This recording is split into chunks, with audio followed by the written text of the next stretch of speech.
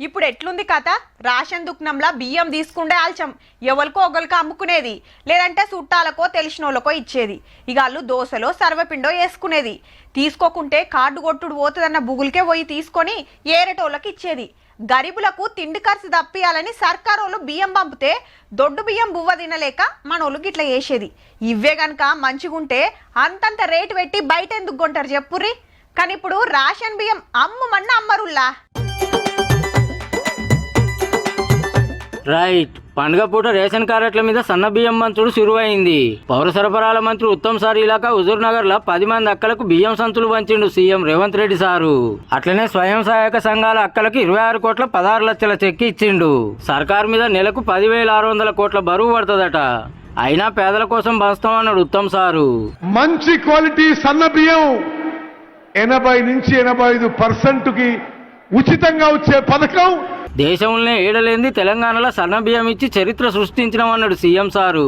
పాత సర్కార్ల మిల్లర్ల బియ్యం దందా యాద్ చేసి ఇప్పుడు పబ్లిక్ కు కాంగ్రెస్ సర్కార్ ఎట్లా ఫాయిదా చేస్తుందో చెప్పిండు. ప్రతి పేదవాడికి ప్రతి ఒక్కరికి 6 కిలోల సన్న బియ్యం ఇవ్వాలి. ఉగాది, దీపావళి, సంక్రాంతి పండుగ కాదు, పేదవాడి ఇంట్లో ప్రతిరోజు పండుగ ఉండాలి, సన్న బియ్యం వండాలి. ఎన్టీ రామారావు తెచ్చిన తెల్ల బియ్యం పథకం తర్వాత ఈనాడు మనం ప్రారంభించుకున్న సన్న బియ్యం పథకం చరిత్రలో నిలబడుతుంది. ఎవడో ఇష్టం ఉన్నోడో ఇష్టం లేనోడో వస్తే ఈ పథకాన్ని రద్దు చేసే పథకం కాదు. వరేస్తే ఊరే అని అప్పట్లో కేసీఆర్ సార్ అన్నాడు కదా. ఎర్రవల్లి ఆయన ఫామ్ హౌస్ లో 1000 ఎకరాల వడ్లు పంపిస్తే కావేరి సీడ్స్ అనే కంపెనీ 4,500 రూపాయలకు క్వింటాల్ ఆయన ఫామ్ హౌస్ లో పండించిన వడ్లు కొన్నారు. మిత్రులారా, మనం పండించిన వడ్లు 2,000 కొనేటోడు దిక్కు లేదు. చంద్రశేఖరరావు గారు ఫామ్ హౌస్ లో పండించిన వడ్లు అవి వడ్లా లేకపోతే అందులో బంగారం పండుతుందా అని నేను అడుగుతున్నా. ఎస్ఎల్బీసీ టన్నెల్ ను కార్ సర్కార్ వాళ్ళు కావాలని పడావ పెట్టిన రణకారం అయినరు.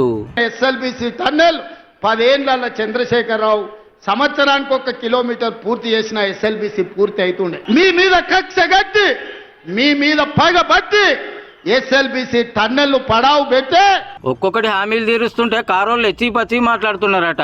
ఇవాళ వాళ్ళు శాపనార్థాలు పెడుతున్నారు. ఎట్లిస్తారని 3 కోట్ల 10 లక్షల మందికి ప్రతి వాడికి 6 కిలోలు సన్న బియ్యం ఇస్తాము. 20,617 కోట్ల రూపాయలు రైతు రుణమాఫీ మొదటి 10 నెలల్లోనే మేం చేసినాం. 10 ఏళ్లలో చంద్రశేఖరరావు పండ్లకి ఇచ్చుకుంటా 16,000 కోట్లు చేసింది. నాకు నీకు పోలికేంది? నందికి పందికున్నంత తేడా ఉంది. ఇక ఉత్తమ్ సార్ హుజూర్ నగర్ కు పలానా సాయం కావాలని అడిగితే ఎమ్మటే సాంక్షన్ చేసిండు.